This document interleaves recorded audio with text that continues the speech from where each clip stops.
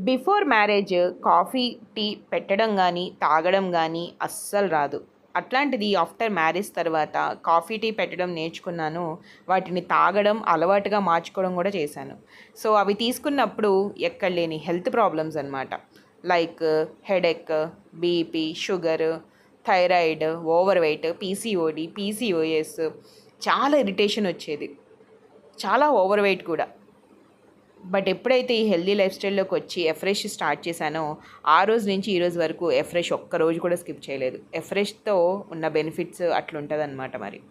So afresh తీసుకోవడం వల్ల మన బాడీలో ఉన్న బ్యాడ్ కొలెస్ట్రాల్ తగ్గుతుంది, స్ట్రెస్ రిలీఫ్ అవుతుంది, పాజిటివ్ ఎనర్జీ వస్తుంది, హెల్దీగా ఉండొచ్చు, డైజెషన్ ప్రాబ్లం తగ్గుతుంది, కాన్స్టిపేషన్ ప్రాబ్లం తగ్గుతుంది, హెడేక్ తగ్గుతుంది, హ్యాపీగా ఉంటారు, హెల్దీగా ఉంటారు, ఫ్యాట్ లాస్ అవుతుంది, వెయిట్ లాస్ అవుతుంది. అబ్బో ఇలా చెప్పుకుంటూ పోతే చాలా ఉన్నాయండి. మీకు కూడా ఫ్రెష్ కావాలంటే కాల్ చేసేయండి.